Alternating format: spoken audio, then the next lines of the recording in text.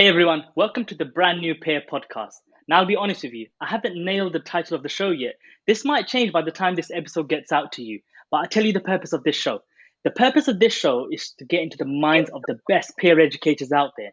That's the people that have been there and done it or doing it right now.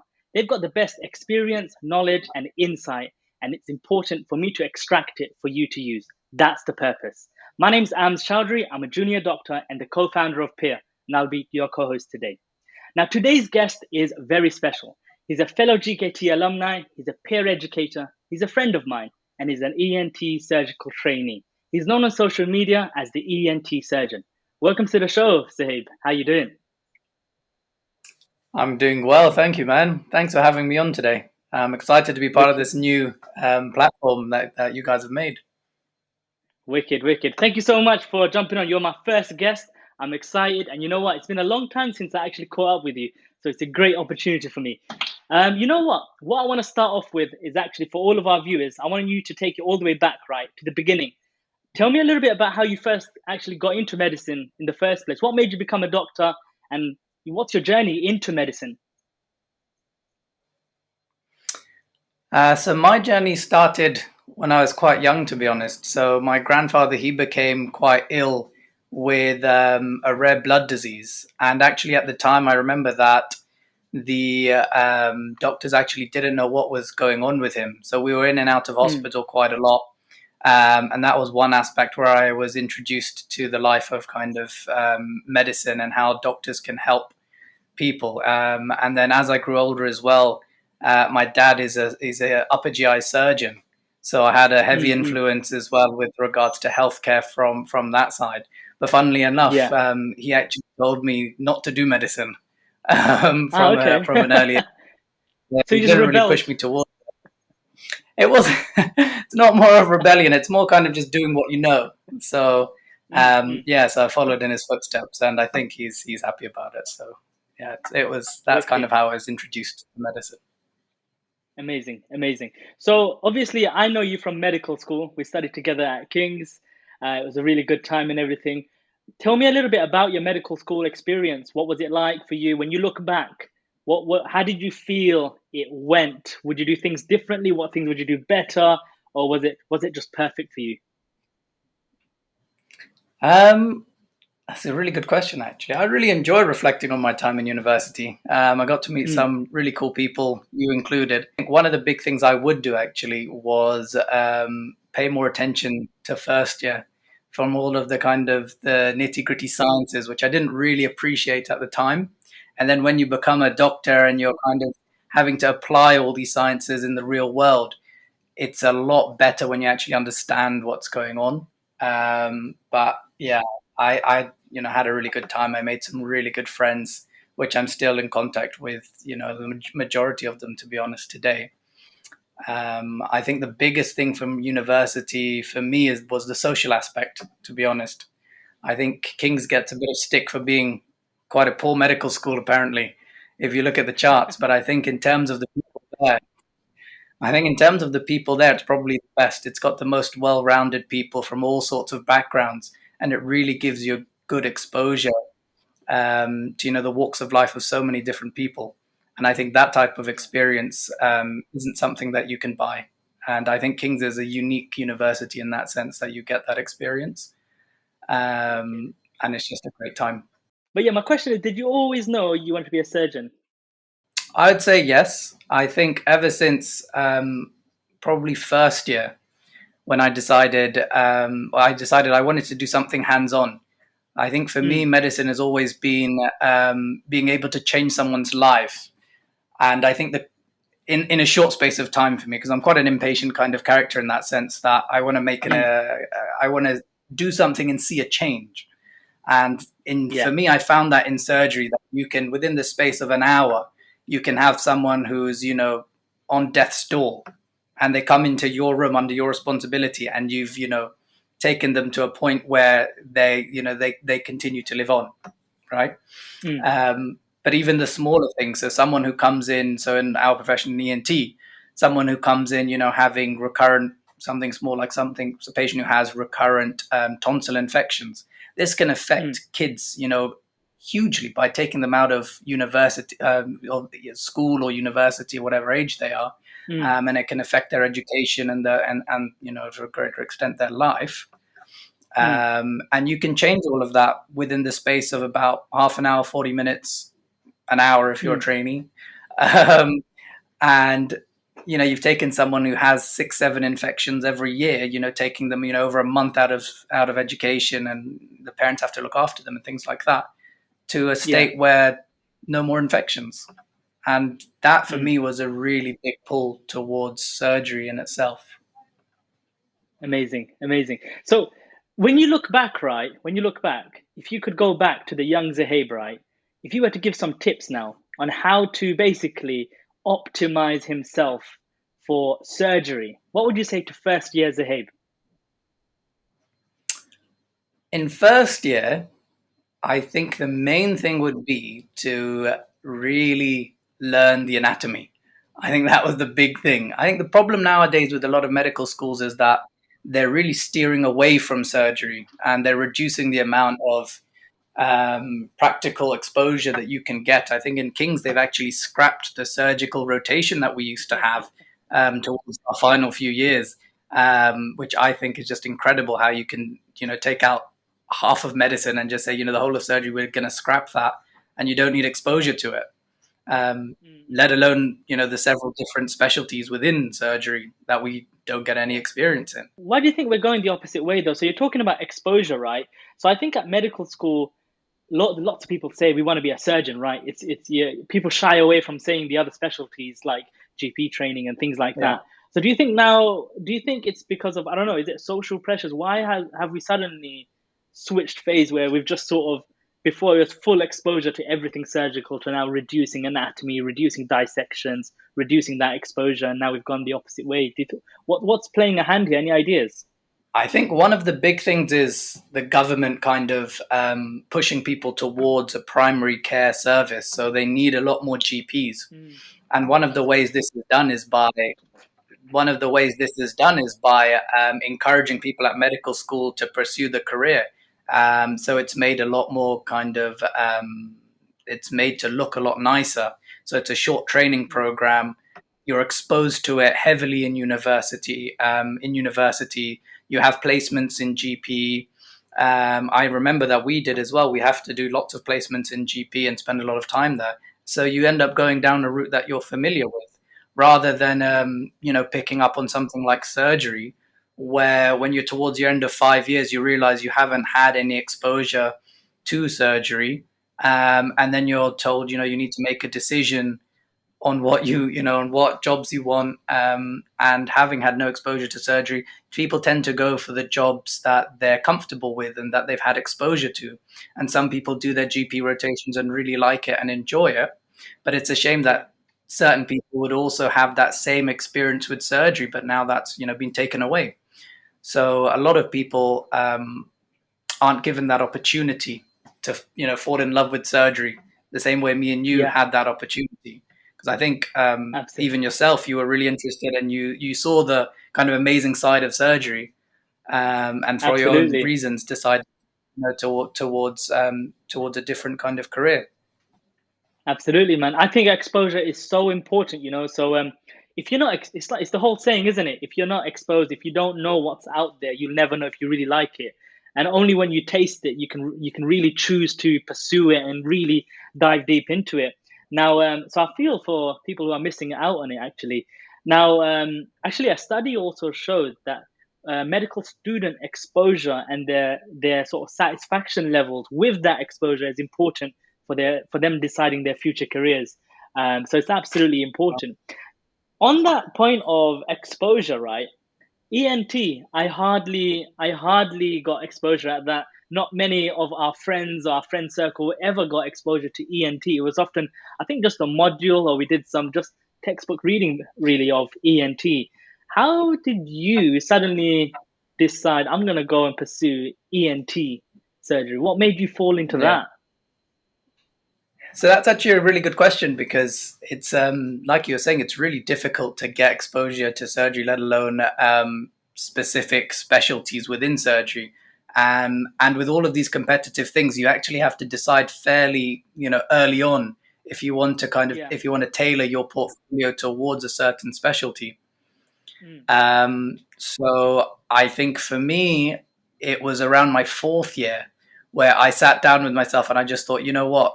If I want to do something that's really competitive, I need to start fixing my portfolio and really, just drilling down on my choices. So I knew I wanted to do surgery. Then I went through all of the different specialties. And I had quite a lot of exposure to different things. So general surgery, I had exposure to even from my, personal experiences with my family. And I found that that's going to be too much stress, especially in the registrar years. And even as a consultant, you're often doing operations through the night when you're on call. Even though you're not on call that often anymore, it's still really quite stressful. It's always very busy as well. So that's something that never really stuck with me. Orthopedics, I never really enjoyed. It just didn't stick with me. I think it's a great specialty for people who do enjoy it. And it's a good lifestyle as well. But orthopedics was never for me. I even considered ophthalmology, but again, not for me. I was never interested in neurosurgery or thoracics. I always felt that those people were just, that was beyond me. And then I saw ENT and I thought this is, a very well-rounded specialty. It has a good balance, work-life balance. Everyone who I spoke to, then I started, speaking to different people. Registrars were kind of the big thing who I spoke to throughout university to get a feel, and especially consultants as well, on the specialties and seeing, are they happy? That's kind of the main thing. And I remember what really put me off general surgery was a registrar who literally told me that the work life is just awful. So that really was for me. I was just like, okay, general surgeries, people are complaining and it's, I don't even know them. So it's not going to end well. When I found the ENT ones, they were all so friendly. They were so nice. And I think it's down to the individuals. It's like, again, it's down to exposure. So I had a really good exposure to certain ENT registrars and consultants who really sold it well.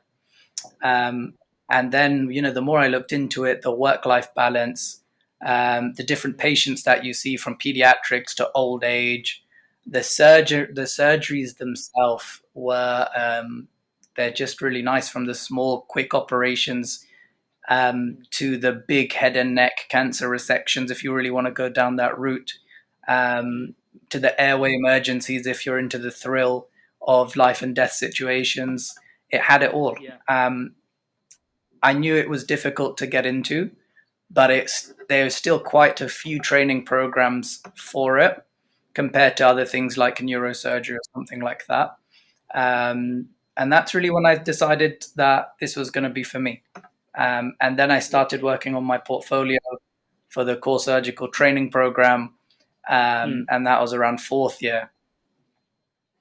So what things did you do? Because our viewers right now, right, some of them will be med students, some of them will be F1, F2s, or they might even be out of training at the moment, thinking about how to basically optimize their portfolio. What things did you do to get you into sort of prime position to apply? So I think one of the most important things you can do in this whole process, and this, what people describe as a rat race, is to find a mentor. And I can't highlight this enough, that you need someone ideally who's been there and done it, who can give you advice on every step of the process. And it gives you that little edge over someone who might not have a mentor and might not have these certain tricks that you pick up with experience. So I think that's one of the biggest things that I can, say to your listeners. But what I personally did as well was I looked at the core surgical training, the portfolio guidance, and I really thought, look, where's the next hurdle? So once you graduate from med school, how can I get into ENT, right? And you have to understand the process. So once you understand the process, which in this country, it's your foundation 2 years, and then it's your core surgical 2 years, and then your registrar training.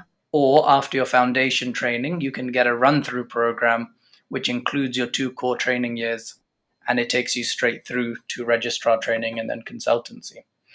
So it was really about just being prepped for the interview and making sure that you've done enough at med school. So attending some courses that'll get you points, writing a few publications, making sure you know the authorship's right, making sure the type of paper that they want is right, and really giving yourself a platform to do well in that interview, and make sure your portfolio marks are up to scratch. So just to summarize then, so for our viewers, mentorship is obviously so important. That's the whole reason we built Peerr, right? You get the inside knowledge, Yeah, someone gets exactly. to coach you through. Now the other process of understanding, so did you have a checklist where you just basically said, look, I need a presentation, I need an article published, I need to teach X number of students? Is that how you did it? A checklist and you just worked through them? So I don't have my own checklist, but the core surgical training portfolio guidance is just one big checklist. So I used that. That was my checklist. So I said I didn't need to make my own one. They've already made one for me. So I just used their one. And then exactly. So then I just saw how can I get the maximum number of points, making sure that I had all my evidences from the consultants if I've ever done any audits with them. And really, you can get the majority of your points in medical school where you have time. And that's the big thing. Once you start work in your foundation training, it's possible, definitely possible. But I'd say you really use your last few years of medical school wisely, because you do have a lot of free time on your hands. Absolutely, man. I agree with that. Time just vanishes once you graduate, man. Completely disappears. Exactly. You get responsibilities. Tell me a little bit about, so you know, med students, right? They're probably sitting there now thinking, all right, so say I want to do surgery, all right, I need to get a few papers published, right?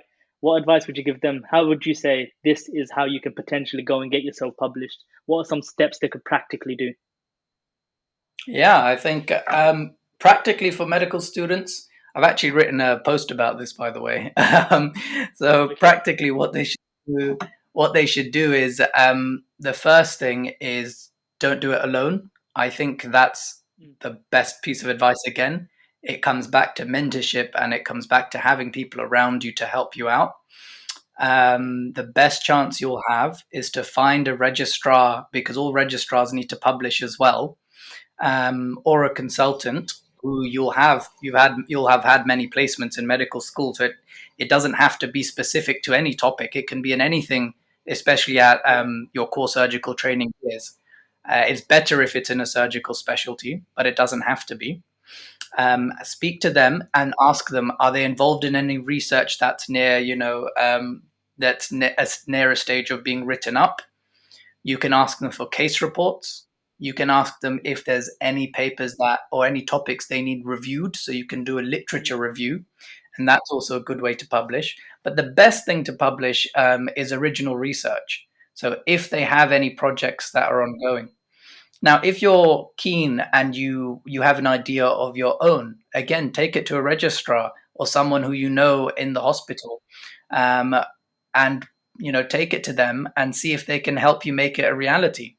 Because at the end of the day, it's not too difficult to come up with an idea and then get the people around you to create a team to make a project. I think we all, and I know that you have, I have, we teamed up with other people, and what we did is that you can write papers together, and that way you can motivate each other. You do different sections. So yeah, so this is some actually golden advice here. So I think a lot of us, when we're inexperienced, it's like a big what is it? Big goal and target where how the hell am I going to get published into a big journal? But I think you've hit the nail on the head. Go and ask someone who's in a position where they have to do it. They're ahead of you, and you can just team up on them. Does it matter what author number you are, or for the surgical portfolio, you can be any author? So the problem is with the surgical portfolio is they change the goalposts every year. So they do like you to have some first person or first authored publications. Now, if you're in a group of people, you can actually have two first authors. It's called a co-authorship, which I think Yeah. it's quite important for people to know. That counts as being a first author. So if there is, a couple of you guys who are quite keen to get your name on first author, two of you can actually have that title. But I think what you were saying about, it's a big task. It does look like it's, really big when you start at the offset. But I think the best thing that someone can do is to break it down into small tasks. So you have an element of somebody who's going to do the research collection. You'll have someone who's going to have to analyze the data, and then people to write it up. And essentially, it's those 3 steps in which you'll have a paper, right? So if you break it all down and then you tackle each thing as it comes, it gets a lot easier rather than looking at it as this big mountain to climb. Absolutely. Manageable steps, manageable steps. All right, let's take a little step back now. So what I want to talk about is, so I think foundation years is a huge moment for a lot of us. I think foundation years was when I also discovered different passions. It's when I also decided, you know what, maybe surgical life isn't for me, right? Did you have a surgical job in your foundation years? What was it like when you transitioned from medical student to doctor? And how did you continue the journey towards becoming a surgical trainee? So for my foundation training, I actually had the maximum kind of number of posts that you can have for surgery. So I had general. I started on general surgery. I actually started on general surgery nights, which at one of the busiest surgical centers in the country. So that was quite daunting, to be honest. That's a story for another day. But I had general surgery. I had some A&E, which was really good. And I had ENT, and I had trauma and orthopedics. So amazing. I had the maximum number because at that time when I applied, ENT was a mixed specialty. It was an other. That's what they put it under the category because I think you're not allowed to have 3 surgical specialties officially. But I got those, so that was quite lucky. So I went heavy on surgery. I looked through all the jobs and I thought, which job has the most surgery? I'm going to put that one as my first choice. And thankfully, that's the first one. That's the one that I got. I think your second question was about the transition. Yeah, what was it like? What was it like as a very, very junior doctor, and in such a busy hospital in a surgical specialty as well? What was it like for you? It was scary, to be honest. The first, like I was saying, I started off on surgical nights, which are like the dreaded thing to start on. And I still remember I sent an email saying, am I going to get an induction? I think I had one visit there beforehand, and everyone else on this is called Black Wednesday. Everyone else was going in for induction, but I started on night shift on nights, and they said, "Don't worry, your night shift will be your induction." That's what I was told. Just get on with it. That's it. Just get on with it. And I thought that was the most general surgery thing that I could have ever been told, just from the offset. Wicked. So I can imagine you were obviously very, very anxious at that moment. But continue. Tell me. I didn't know anyone who was there. It's nice to go to a place where you recognize someone, but I didn't know anyone. I still remember because when you're on that particular F1 shift, you're basically covering, 60, whatever, how many they are, all the surgical, really unwell patients. And I still remember, to be honest, all these things I knew, like News Score and all of this stuff. Nowadays you have all this transition to F1 stuff. We didn't have any of that. We just, finished medical school, had elective, and then you just start work, right? So it was a good experience. I still remember calling, I had this one patient who was hypotensive, and I think the news was only about 3 or something like that. And I called the C. I was too scared to call the reg, so I called the critical care outreach nurse, and then she came, and then I think in the first few weeks they're all really, really nice to you. And even she came and she was just laughing and she was just like, "Oh, this is your first night, isn't it?" I was like, yeah, it is. How could you tell? Um, and she goes, yeah, just give some fluid, and the patient should be fine. And she was Wicked. right. The patient was fine. That A bit re- of fluids. that reminds that reminds me, right? So when I think my first couple of days in F1, one of my patients had probably a little bit of a creatinine rise. My first port of call, my first action was I got onto the phone to the renal consultant, and then she was obviously laughing at me like, "All right, this is probably your first video, but let me tell you." What do you do and who you call if you actually need help? She was really nice to me, but yeah, I That's was on it. the. But it's true. It's like when you're in your first few days, it's definitely like that. And I think a big thing that you pick up, the good thing about starting on a busy unit is you learn Mm, how to be an F1 very quickly, and you learn, absolutely. what's actually unwell and what's not unwell. And I still remember Yeah. because I reflected on this, to be honest, when I was in F1, that Mm, I was then. This was towards the end of my F1 where I was working in medicine, and I was on a night ward cover night shift, which is always awful. Um, and mm, I was told to go to this one ward where there was three patients using 8. One of them was 9, one of them was using 7, and one of them was using 8. And I just felt comfortable. By that point, it's so straight. And then I always, from that point, I thought back. I remember the time when I was panicking about that and using 3 patient who was unwell, and just needed some fluids.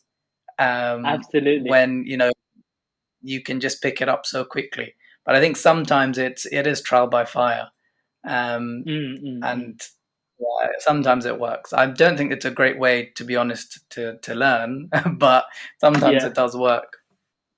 It's true. No, but experience is golden. I don't think no matter. So, like, I was always head in the books, right? I studied hours and hours and hours on end. But to be honest, when I was an F1, I was like every other F1 there. So it doesn't. I think it's impossible for the books to make you a complete, well-rounded doctor. I think that comes with experience. And you're right. A few years on, look at us now. We're very, very different to the doctors we were on day one. So yeah, experience is absolutely the thing. So now that you're a higher surgical trainee, um, give me an idea of what life is like. What's life like as an ENT surgical trainee? Yeah, it's good, to be honest. So at the moment, you're going through kind of how they've split it up for myself. Is it's going through similar to core training, so we have exposure to different specialties, but it's quite nice to shift out of the foundation training years because now you're a little bit more of a priority. You're still not the priority, but you're a little bit more of a priority in terms of training. There's Yeah, still always people more senior than you who'll need cases and things, yeah, but finding surgical time becomes a little bit easier now. And mm, that's what we want to do. As surgical trainees, you want to get to the theater, you want to get that mm, experience of, just hands on experience, like we were saying before. mm, Um, Experience is everything. And the mm, first time you hold a knife to someone's skin, it's mm. just like the same as being that F1 back on the wards and someone's using 3 and you're panicking. There's a little bit of Yeah, blood when you've made a cut and you're thinking, oh, do I continue? Do I stop it? And it's only after, you've done hundreds of these cases that, you yeah, become really confident with the way mm, that cut the skin and the different layers. And it's the same. It's exactly the same in terms of experience. And yeah, it's really good. It's really good core training. I've been really lucky. So I've spoken to some friends who've had really really mixed experiences. I think it does mm, depend on the people you're around, the jobs mm, that you get, and the places that you work. I mm, still think, on balance, core surgical trainings, I feel it's a bit of a waste. It's a mm, bit of a controversial thing to say, but yeah, I don't think many people think it's very useful. I think, mm, like mm, the American system, you go straight into a specialty rather than mm, this 2-year awkward period where you're not really you're not a registrar, but yeah, you're on the same rotation as an F2, but you're not really an F2 anymore because you're meant to be training, right? yeah, So yeah, it, it's really nice that they prioritize you a little bit more, but I mm, also found that it is quite awkward in that you really need to be proactive. where you're Yeah, not yeah. a lot of the time in surgical time and surgical training. It's that you have to kind of go and ask for it, and people are very happy for you to go out and find that and ask for it. But I feel if one thing could change, I would probably change the way that core trainees are seen within a hospital system, where we're Yeah. more on service provision, covering that SHO level job, and being, spending time, on that similar level as you end up being an SHO then for three years, or if not more, if you have to take some time out, when really you should be training and I can working through, I the can tell you're a surgeon. experience. I can tell you're a surgeon. You want to be in theatre 24/7. No time on the wards. Not 24/7, but yeah, I definitely Most prefer it to the. But it's nice to see the patients as well after the operation. To see what the impact that you've made on them. So seeing them before and then seeing them after. Um, but yeah, having them stay on the wards for long periods of time, not for us. Okay. We want them What in and operations out. have you done? Give us some insight into what things you've done so far. Okay, so is that just ENT or just anything? It's Anything, man. I want to know what ops you've been doing since I last caught up with you. oh, So I started in general surgery, so anything really general surgery related. So appendixes, laparoscopic or open. Um, that's the stuff I've kind of got to grips with doing myself. And then assisting in lots of different things like, removing the gallbladder, any bowel operations, big laparotomy Yep. cases. And then more so in ENT, I've been doing tonsillectomies, removing people's tonsils, and then putting in grommets in the ears, removing foreign bodies from any head and neck orifice. People put some weird stuff in weird places. Yeah, it's weird. But no, usually it's kids, to be fair. Kids. I don't know why they like to put Lego in their nose and then say that no, nothing's in there. They Yeah, got a big and then you can chunk see like a Lego sitting there. sticking out. Yeah, you see the Lego sticking out. They're like, no, I didn't do anything. Okay, sure. um, Removing, thyroid operations, hemithyroids, total thyroids, parotids in the face. I've seen some really cool stuff actually, like also tracheostomies. There's just it's a long list, man. This is going to take up the whole video. We saw a total glossectomy with laryngectomy, so removal of the whole larynx system, and also the tongue, which is quite a rare operation because if you do that, the patients their morbidity is really high, but also they're not able to eat, they're not able to talk, so their life after the surgery is pretty poor, to be honest. But they are allowed to live, and that's a big decision that patients make. And this is another part of surgery that people don't actually talk about, and it's that when should you operate and when is it not right to operate. And I think that really makes a difference between a good surgeon and a great surgeon, from what I've seen in my consultant colleagues, registrars and things who make these types of decisions. And really learning when not to operate is just as important as being able to identify when to operate. And it's just one of the skills that, I've seen in experience that, the best surgeons will know when you're just going to make things worse for the patient because they've had that experience. They've seen what's happened. I remember a consultant actually once telling me that when he was teaching me, and he was like, "It's easy for me to operate. I can operate. It's what I've been trained to do. The hardest bit is when I have to decide I'm not going to touch you. I'm not going to operate for your own good." So yeah, that's a saying that I really do remember. All right, Zohaib. So walk me through what a week in your life looks like as a surgical trainee. Okay, so it's actually pretty varied, and this is another reason why I'm really enjoying my time in surgery. So right now I'm doing plastic surgery at Queen Victoria Hospital, And Mm-hmm. it's really nice because there's a lot of elective work. That's the majority of the work that they do. They also do some the trauma work, but that's all Mm. scheduled. So um, on one day I'll be doing a skin list, which removing cancers from patients and doing different types of skin flaps, Mm-hmm. and that can be on the face, it can be on the hands, the legs, the back, anywhere. And the next day I'll be doing trauma, so operating on people who've had their fingers, like literally last week, a woman's finger got bitten by a horse, and took the tip of the finger Ouch. off. Yeah, it was pretty Mm. bad. I didn't know horses could, do that type of stuff, but they're quite aggressive apparently. Yeah.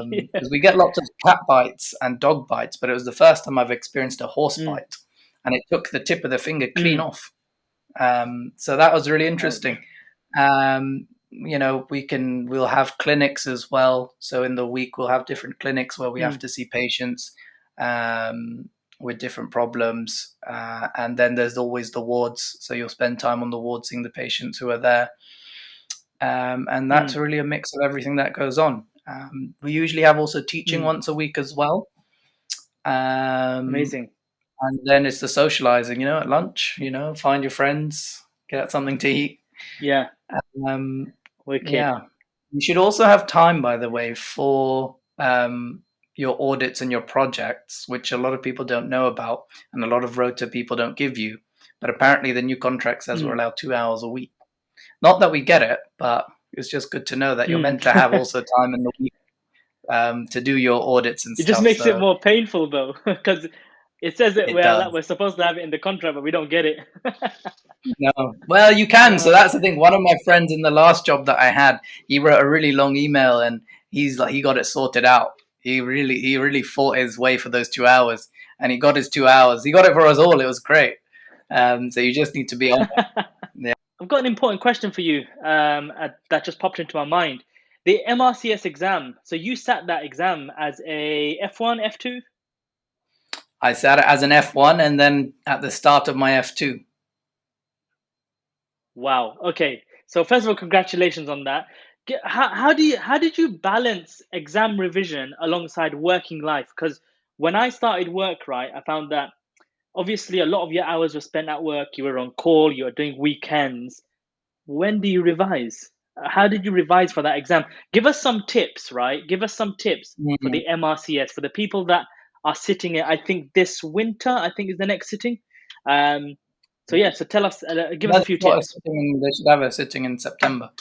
Um, Wicked. so Yeah, I think it's really important that you plan your time wisely. So I think, and when you sit the exam, it really needs to correlate with the jobs that you have.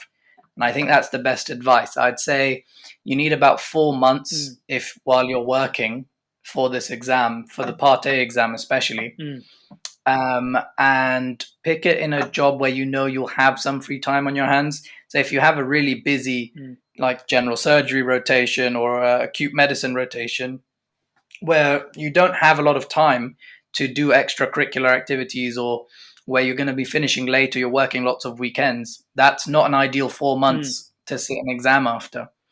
So I mm, actually planned mine after a psychiatry rotation where I had lots of times to revise, because a lot of the time you have a lot of dead mm, time depending on where you do your placement. So it's mm, about being a little bit proactive. So if you have, once you find out which jobs you have, try and get in mm, contact with people who you know, or if there's people in the hospital you can contact where you'll be working, and just find out mm, when which rotations are meant to be a bit easier or a bit more chilled out, mm, because you'll definitely mm, have them. I mean, GP people classically do it over around GP. That's pretty chilled out. And mm, also psychiatry. Those are like the classical two. So for the MRCS Part A exam, lots of studies have shown that if you sit the exam earlier and closer to your final year of medical school, there's a higher chance of you mm. passing. And the longer you leave it, the Wicked. more likely you won't pass it.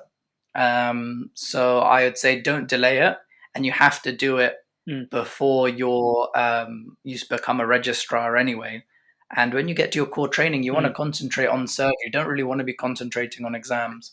So try to get your exams out the way in Absolutely. F1, F2, and then you can, concentrate on your training. So now, as a surgical trainee, right? Another important question we all have in our minds, especially for the medical students and the junior doctors, right? Is as a surgeon, do you feel like you're molding all of your life around surgery, or is it just one of those things where people say it, but you know what? You do manage to have a life outside of surgery. You do manage to go to the social events. Have you found that, or is the truth just, you know what, life is pretty dominated by the surgical career? Mm. Yeah, I mean, for me, to be honest, I think just referring to me as a surgeon, I feel like it's just weird because technically we're still like SHOs and stuff. So I don't know about that, but I find that surgery. I know even on Instagram it's ENT surgeon, but that's one day, inshallah, one of them ones. Come on, Um, you're being humble. You are a no, no, surgical trainee. You are doing ops. The surgical consultants are things. looking I after you. mean, They're supervising you, but you're still a surgeon. yeah, fair enough. One of the first things, actually, one of these consultants told me was that he Mm, expects, us to be in our spare time, even said on our weekends and your annual leave, try to come to mm, theatre, pick up new skills and learn. And this is as a core trainee. So mm, there is a group of people who distinctly believe that, and you can see why they do, because the more experience you get, the more you operate, the better you will become, and the more experienced yeah. surgeon you'll become. But I think Mm, the thing with surgery is that it's definitely a marathon and it's not a sprint. And one of the big mm, things that you'll find is burnout. If you try to do too much too quickly, um, and you mm, don't kind of sustain yourself and pace yourself, you'll find that you'll mm, just fall at the smallest of hurdles.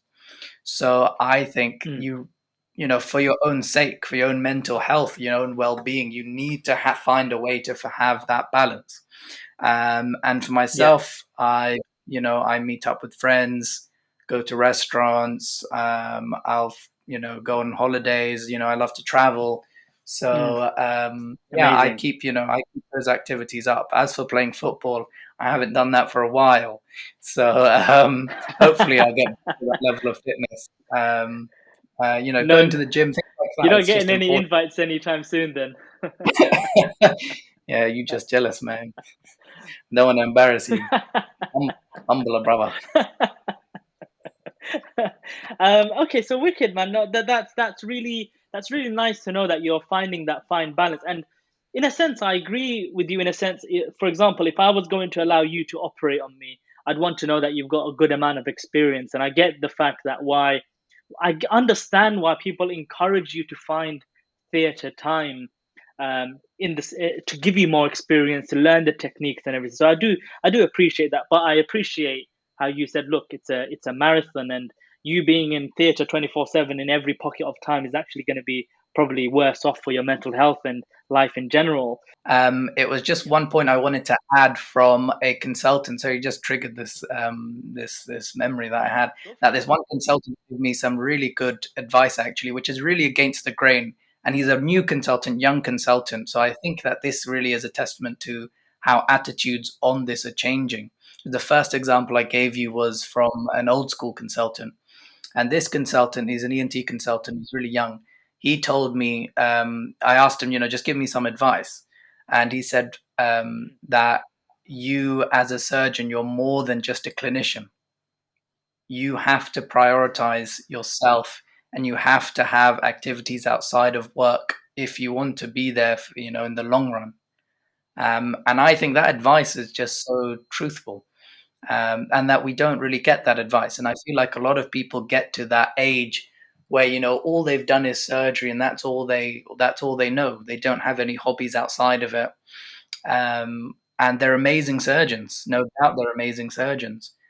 But the advice that I got is that there's more to life than just surgery, and I think that the mindset of surgeons now, it's very different to what it was a few decades ago, that we can have mm, a good work-life balance, and you can be a good surgeon as well. And I think that that's a really important message to put out there, especially for the people who are thinking and considering a career in surgery, but are put off by what they've seen. The long hours. It is hard, and you do need to be dedicated. That's with any specialty. If you want to be a cardiologist, if you want to be if you want to be really good, you need to put in the time, right?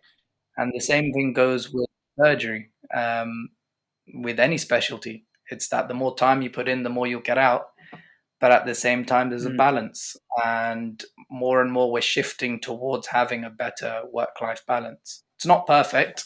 We've still got a long way to go, I think, but there's definitely been a shift in attitude. I can really see that you actually love surgery and you've got a clear passion for it. And you know what?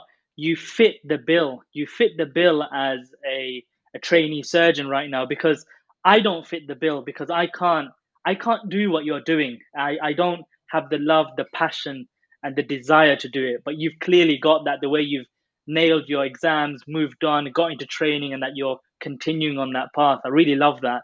So if you were to now, coming to the end now, so I want you to just give a couple of pieces of advice, right, to the listeners right now. They follow you on the ENT Surgeon profile on Instagram and TikTok.